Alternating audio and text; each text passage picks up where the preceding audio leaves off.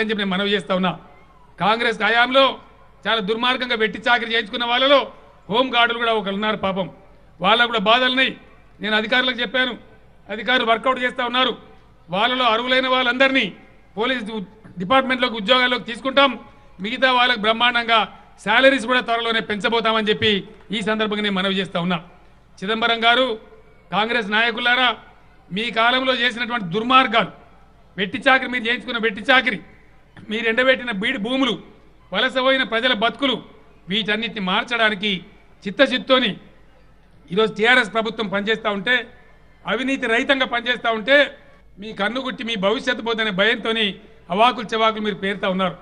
ఇప్పటికైనా మానుకోండి. మంత్రి తుమ్మల నాగేశ్వరరావు గారు చెప్పినట్టు మంచి కోసం సహకరించే ప్రయత్నం చేయండి. ప్రాజెక్టులకు అడ్డం పడకండి. తెలంగాణను బాగా కానియండి. తెలంగాణ పచ్చబడితే అందులో మీ పొలాలు కూడా బాగుపడతాయి, మీ ఊర్లు కూడా బాగుపడతాయి. కాబట్టి ప్రాజెక్టులను అడ్డుకునే దుర్మార్గం మానుకోవాలని చెప్పి నేను మనవి చేస్తా ఉన్నా. ఇంకో మాట కూడా మనవి చేస్తా ఉన్నా. మీరు ఎన్ని పిచ్చి వెకిలి వేషాలు వేసినా, నా రక్తం బొట్టు బొట్టు రంగరించైనా సరే ఖచ్చితంగా ప్రాజెక్టులు కట్టి తీర్థం, అద్భుతమైన ఫలితాలు తెచ్చి తీర్థమని మనవి చేస్తా ఉన్నా. ఆనాడు ఇదే తిరుమలాయపాలెంలో ఆ రోజు నేను ప్రకటించాను, వీలైనంత తొందరగా మేఘాల మీద మీకు పాలేరు నీళ్ళు తెచ్చి, కృష్ణా నీళ్ళు తెచ్చి ఇస్తామని చెప్పినాం. పాలేరు ఎత్తిపోతల పథకం పెట్టి తుమ్మల నాగేశ్వరరావు గారి నాయకత్వంలో 9-10 నెలల్లోనే మీ కళ్ళ ముందర నీళ్ళు తీసుకొని వచ్చినాం, మీ పాదాలు కడిగినాం. ఖమ్మం జిల్లా ప్రజానీకానికి నేను హామీ ఇస్తా ఉన్నా, సీతారామ ప్రాజెక్టు రాబోయే 1.5 సంవత్సరాలలో పూర్తి చేసి డే అండ్ నైట్ పనిచేసి మొత్తం ఖమ్మం జిల్లా సస్యశ్యామలం చేసే దిశగా పని చేస్తాం. దాన్ని కూడా సాధించి చూపెడతామని చెప్పి ఈరోజు మీ అందరికీ నేను మనవి చేస్తా ఉన్నా. ఈ శుభ సందర్భంలో సీతారామ ప్రాజెక్టు కూడా పూర్తి చేసుకుందామని మనవి చేస్తూ చెప్పినాముగానే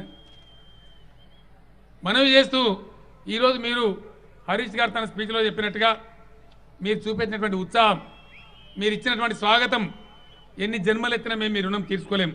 మీ అండా దండ ఉన్నంత వరకు, మీ సహాయ సహకారం ఉన్నంత వరకు ఖచ్చితంగా తెలంగాణను అన్ని రంగాలలో అద్భుతమైనటువంటి ఒక అగ్రరాజ్యంగా, అగ్రమైనటువంటి రాష్ట్రంగా భారతదేశంలో నిలబెట్టడానికి నా చివరి రక్తపొట్టు వరకు కూడా ఖర్చు పెడతా, పోరాటం చేస్తానని మనవి చేస్తూ, అన్ని వర్గాల ప్రజలను కూడా సమాన గౌరవంతో ముందుకు తీసుకెళ్తానని మనవి చేస్తూ నేను సెలవు తీసుకుంటా ఉన్నాను.